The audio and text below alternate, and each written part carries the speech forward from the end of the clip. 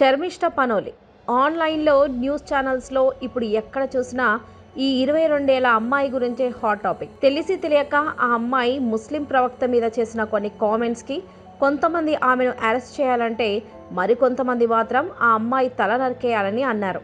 ఇక ఈ విషయంగా వెస్ట్ బెంగాల్ గవర్నమెంట్ శర్మిష్ఠని అరెస్ట్ చేయగా కోర్టు ఈమెకు 14 రోజుల కస్టడీ విధించింది.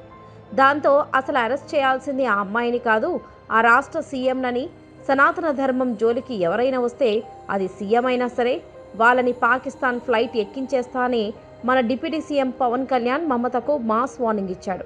అయితే అసలు ఎవరి శర్మిష్ఠ పనోలి? ముస్లింల మీద ఆ అమ్మాయి చేసిన కామెంట్స్ ఏంటి? ఇలాంటి విషయాల్లో పెద్ద పెద్ద సెలబ్రిటీలను కూడా ఏం చేయని మమతా బెనర్జీ ఎందుకని ఈ అమ్మాయిని టార్గెట్ చేసింది? మైనారిటీల ఓట్ల కోసమే మమత ఈ అరెస్ట్ చేయించిందా? ఎక్కడో వెస్ట్ బెంగాల్లో జరిగిన ఈ సంఘటన మీద పవన్ కళ్యాణ్ ఎందుకు రియాక్ట్ అవుతున్నాడు అనే విషయాలను ఈ వీడియోలో తెలుసుకుందాం. ఎక్కడ స్కిప్ చేయకుండా చూడండి. శర్మిష్ఠ పనోలి మహారాష్ట్ర రాష్ట్రం పూణే నగరంలో లా ఫైనల్ ఇయర్ చదువుతుంది. ఈ అమ్మాయి వయసు జస్ట్ 22. ఈ అమ్మాయి ఆపరేషన్ సింధు టైంలో చాలా యాక్టివ్గా పాకిస్తాన్ను ట్రోల్ చేసింది. ఇక ఈ అమ్మాయి చాలా అందంగా ఉండడం వల్ల ఇన్స్టాలో ఈవిడ చేసిన వీడియోస్ అన్నీ బాగా వైరల్ అయ్యాయి. అలాగే ఈ అమ్మాయి పొలిటికల్గా కూడా చాలా మందిని ట్రోలింగ్ చేస్తుంది. ఇక ట్రోలింగ్ అంటే మనందరికీ తెలిసిందే కదా, ట్రోలింగ్ చేసేటప్పుడు ఇష్టం వచ్చినట్లు బూతులు కూడా మాట్లాడతారు. అలా ఈ శర్మిష్ఠ ఒక వీడియోలో ఇస్లాంకు పవిత్రమైన ప్రవక్త గారి గురించి, ఆ కన్యల గృహాల గురించి చాలా దారుణంగా కామెంట్స్ చేసింది.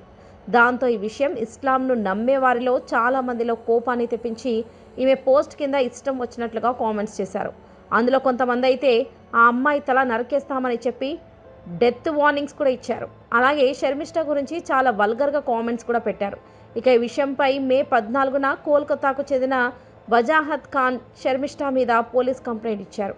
ఈ వజాహత్ ఖాన్ అనే అతను మామూలు వ్యక్తి కాదు. ఇతను కోల్కతాలోని రషీదీ ఫౌండేషన్ అనే ఒక పేరున్న ముస్లిం సంస్థకు చెందినవాడు. ఇక ఈ రషీదీ ఫౌండేషన్ యొక్క ఫేస్బుక్ అకౌంట్కి వెళ్ళి చూస్తే వీళ్ళ వాల్ పేపర్లో సిఏఏ, ఎన్ఆర్సీకి వ్యతిరేకంగా చాలా పోస్టులు ఉంటాయి. అలాగే వీళ్ళ ప్రొఫైల్స్లో వీళ్ళ తమది Islamic foundation of welfare for Islam అని అంటారు. అలా రషీదీ ఫౌండేషన్ పెట్టిన ఈ కేసును ఇన్స్పెక్టర్ ఎన్ అఖ్తర్ బ్లాస్ఫెమీ కింద ఫైల్ చేశారు. ఇక్కడ బ్లాస్ఫెమీ అంటే మతాలకు సంబంధించిన పవిత్ర గురువుల పైన కానీ దేవుల పైన కానీ ఎవరైనా ఇష్టం వచ్చినట్లు కామెంట్స్ చేస్తే అది బ్లాస్ఫెమీ కిందికి వస్తుంది. ఇక ఈ అమ్మాయి ఒక లా స్టూడెంట్ కావడంతో లా అండ్ ఆర్డర్ గురించి ఎంతో కొంత ఐడియా ఉండే ఉంటుంది. దాంతో ఈ కేసు రిజిస్టర్ అయిన మరుసటి రోజే శర్మిష్ఠ ఆ వీడియోని డిలీట్ చేసి ఇంకొకసారి ఈ తప్పు చేయనని క్షమాపణలు చెప్తూ ఒక ట్వీట్ కూడా పెట్టింది. కానీ ఆ తర్వాత కూడా ఈ అమ్మాయిని రషీదీ ఫౌండేషన్ వదలకుండా ఆ అమ్మాయి పేరెంట్స్కి నోటీసుల మీద నోటీసులు పంపారు. కానీ శర్మిష్ఠ మాత్రం ఆ నోటీసెస్కి రిప్లై ఇవ్వకుండా భయపడి దాక్కుంది. దాంతో కోల్కతా పోలీస్ రంగంలోకి దిగి అమ్మాయిని అరెస్ట్ చేశారు. పోలీసులు తనని అరెస్ట్ చేసి కారులో కూర్చోబెడుతున్న టైంలోనే అసలు ఈ దేశంలో freedom of speech and democracy లేదా అంటూ గట్టిగా అరిచింది. అలా అరెస్ట్ చేసిన ఈమెకు కోర్టు 14 రోజుల జ్యుడిషియల్ కస్టడీ విధించింది. ఇక చదువుకుంటున్న ఈ అమ్మాయిని జైల్లో వేస్తే ఆమె కెరియర్ పూర్తిగా దెబ్బతింటుంది. అలాగే జైలు వాతావరణం ఎలా ఉంటుందో తెలుసు కదా. 22 ఏళ్ల అమ్మాయి జైలుకి వెళ్తే ఈ అమ్మాయి లైఫ్తో పాటు చాలా నష్టపోవాల్సి వస్తుంది. ఇదిలా ఉంటే మీకు BJP spokes person Nupur Sharma case గుర్తుందా?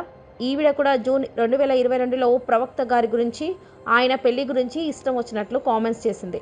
అయితే ఇది కూడా బ్లాస్ఫెమీ కిందకే వస్తుంది. శర్మిష్ఠ విషయంలో కూడా ఇదే జరిగింది.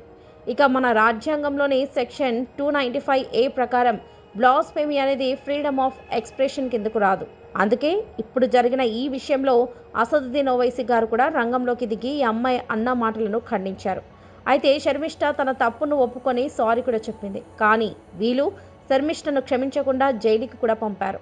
అయితే దీనికి కౌంటర్గా పవన్ కళ్యాణ్ గారు శర్మిష్ఠకు సపోర్ట్గా రంగంలోకి దిగారు. ఆయన ఏమంటున్నారంటే బ్లాస్ఫెమీను మనం వ్యతిరేకించాలి, కానీ సెక్యులరిజం అనేది ఎప్పుడు వన్ సైడ్ స్పాట్ లాగా ఉండకూడదు. అలాగే శర్మిష్ఠ బ్లాస్ఫెమీ చేసిందని చెప్పి కేవలం ఆ అమ్మాయిని మాత్రమే అరెస్ట్ చేయడం కరెక్ట్ కాదు. ఆ మధ్య మమతా బెనర్జీ కూడా సనాతన ధర్మాన్ని గంధధర్మ అని చెప్పి కోట్ల హిందువుల మనోభావాలు దెబ్బతీశారు. అలాంటప్పుడు మమతా బెనర్జీ చేసింది కూడా బ్లాస్ఫెమీనే కదా, మరి ఆమె మీద ఎందుకని ఎటువంటి యాక్షన్ తీసుకోలేదని పవన్ కళ్యాణ్ గారు ప్రశ్నించారు. అలాగే శర్మిష్ఠ తన తప్పును ఒప్పుకొని సారీ చెప్పింది. అయినా కూడా ఆమెను పగబట్టి అరెస్ట్ చేయడం కరెక్ట్ కాదని చెప్పి ఐ స్టాండ్ విత్ శర్మిష్ఠ అనే స్టేట్మెంట్ అఫీషియల్గా పవన్ కళ్యాణ్ గారు ఇచ్చారు. ఇక ఇప్పుడు ఈ ఇష్యూ పైన ప్రజలు రెండు విధాలుగా విడిపోయారు. ఫస్ట్ సెట్ ఆఫ్ పీపుల్ ఏమంటున్నారంటే, వెస్ట్ బెంగాల్లో ఉన్న మమతా బెనర్జీ ప్రభుత్వం సెలెక్టివ్గా తమకు కావాల్సిన వాళ్ళనే అరెస్ట్ చేస్తుందన్నారు. ఇందుకు ఎగ్జాంపుల్గా జ్ఞానపి మసీద్ ఇష్యూలో జ్ఞానపి మసీద్లో శివలింగం కనిపించినప్పుడు ఇక్కడ ఒకప్పుడు టెంపుల్ ఉండేదనే ఇష్యూ కోర్టు దాకా వెళ్ళింది. ఆ టైంలో టీఎంసీ పార్టీ ఎంపీ మహువా మౌత్రా తన ఎక్స్ అకౌంట్లో బాబా అటామిక్ రీసెర్చ్ సెంటర్లో ఉన్న ఒక రేడియేటర్ డోమ్ను చూపిస్తూ ఇది కూడా శివలింగం అనుకొని ఈ భక్తులు దీన్ని అనుకుంటారేమో అని వెటకారంగా కామెంట్ చేస్తుంది. అయితే ఇది కూడా బ్లాస్ఫేమీ కిందకే వస్తుంది కదా.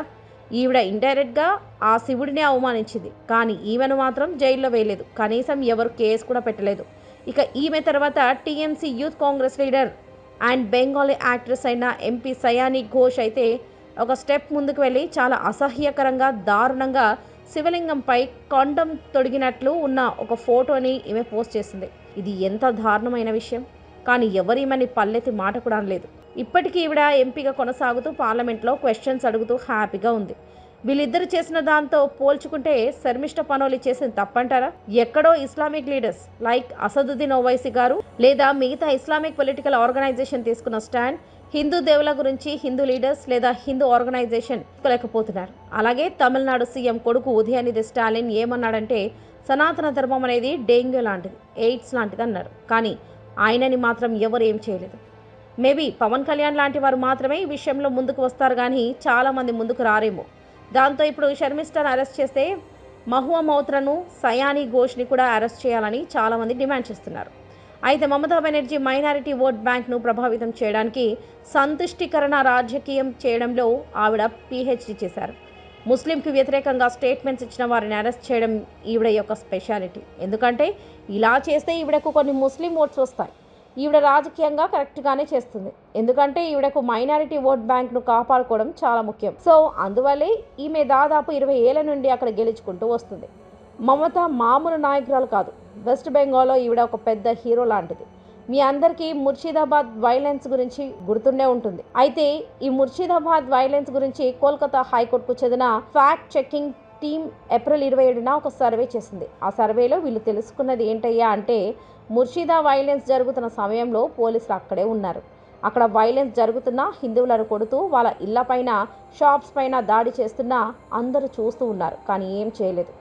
ఇక ఈ విషయం అక్కడి లోకల్ పోలీస్కు, లోకల్ కౌన్సిలర్కు, లోకల్ కార్పొరేటర్స్కు, లోకల్ ఎమ్మెల్యేకు అందరికీ తెలుసట. ఇక ఇంత జరుగుతున్నా కూడా వాళ్ళు ఎటువంటి యాక్షన్ తీసుకోలేదనేది Kolkata high court fact checking team ఇచ్చిన రిపోర్ట్. అయితే ఈ రిపోర్ట్ తర్వాత కూడా మమతా బెనర్జీ గారు ముర్షిదాబాద్ వైలెన్స్ చేసిన వారిపైన ఎటువంటి యాక్షన్ తీసుకోలేదు.